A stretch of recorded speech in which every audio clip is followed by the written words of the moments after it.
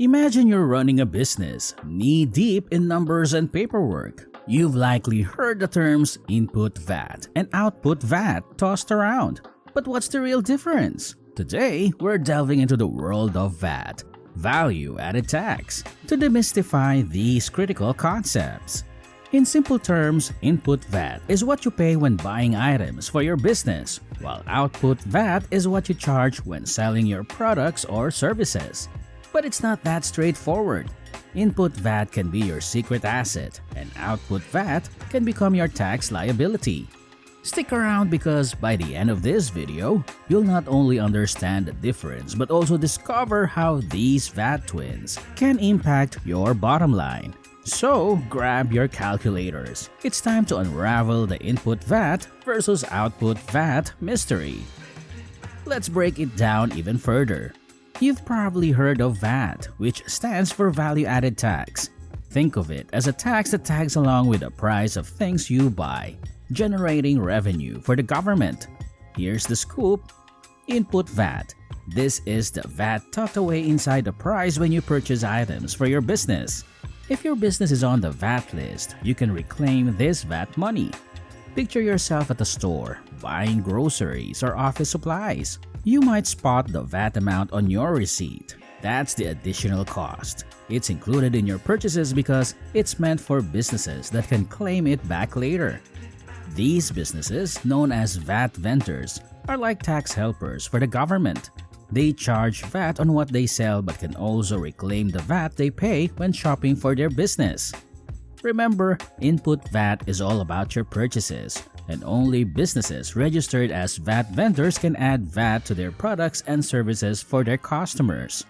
So, what's Output VAT? It's the VAT added to the price when you sell items subject to VAT, like products or services, provided your business is VAT registered. Remember, you can only add VAT if you're officially recognized as a VAT vendor, and the tax authority is aware of it.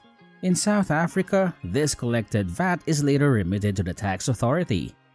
Now, let's decode Vatable.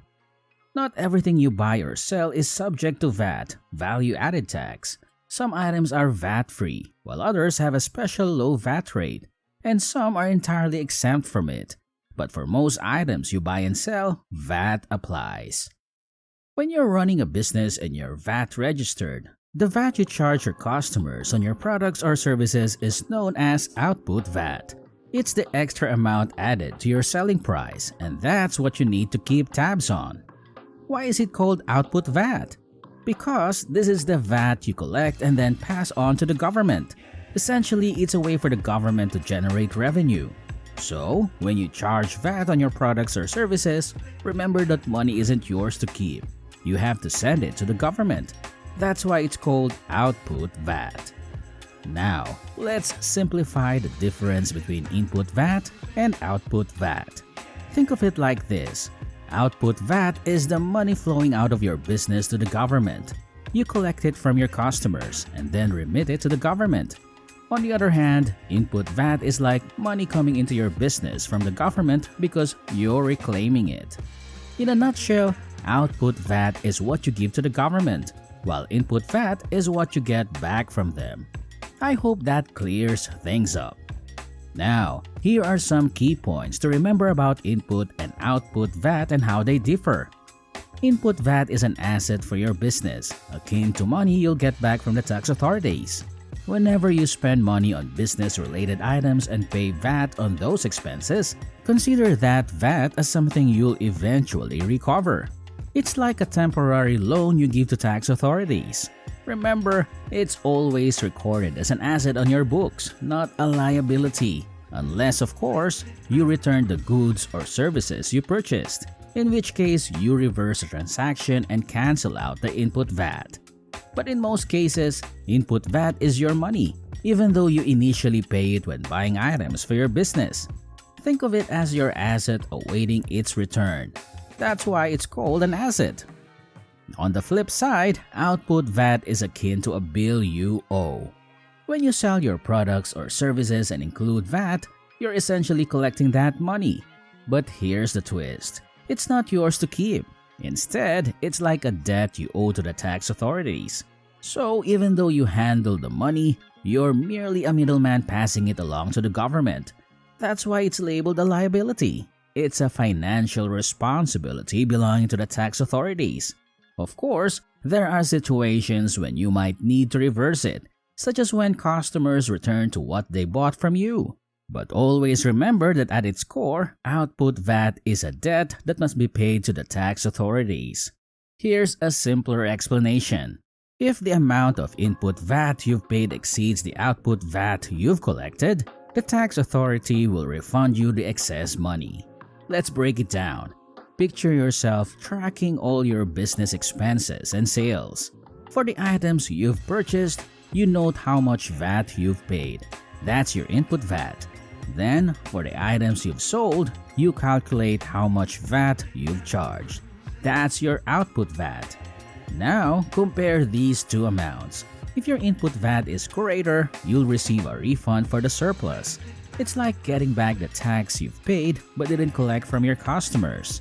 Simple, right? Let's simplify it further. Imagine your input VAT as the money you've spent on business purchases, say $100,000. Now, your output VAT is the money you've collected from selling your products or services, which in this case is $80,000. Here's the deal. If your input VAT exceeds your output VAT, as in this example, you'll receive a refund of the difference from the tax authority. So, in this case, you'd get back $20,000. Conversely, if your output VAT surpasses your input VAT, it means you've collected more in taxes from your sales than you've paid for your expenses. In that case, you owe the extra amount to the tax authority. So, if your output VAT is $50,000 and your input VAT is $40,000, you'll need to remit $10,000 to the tax authority. In a nutshell, input VAT is money you can reclaim, and output VAT is what you must pay. It's like a seesaw, balancing the taxes you collect and the taxes you spend. And that's the difference between input VAT and output VAT. Now that you've unraveled the mystery of input VAT and output VAT, it's time to put your knowledge into action. Share with us in the comments below. Have you encountered these terms in your business journey? And how have they impacted your financial strategies? If you found this video helpful, don't forget to hit that like button and share it with fellow entrepreneurs who might need some VAT clarity. For more insightful content on accounting and finance, make sure to subscribe to our channel and ring that notification bell so you never miss an update. Thanks for joining us on this VAT adventure, and until next time, keep those coins counting.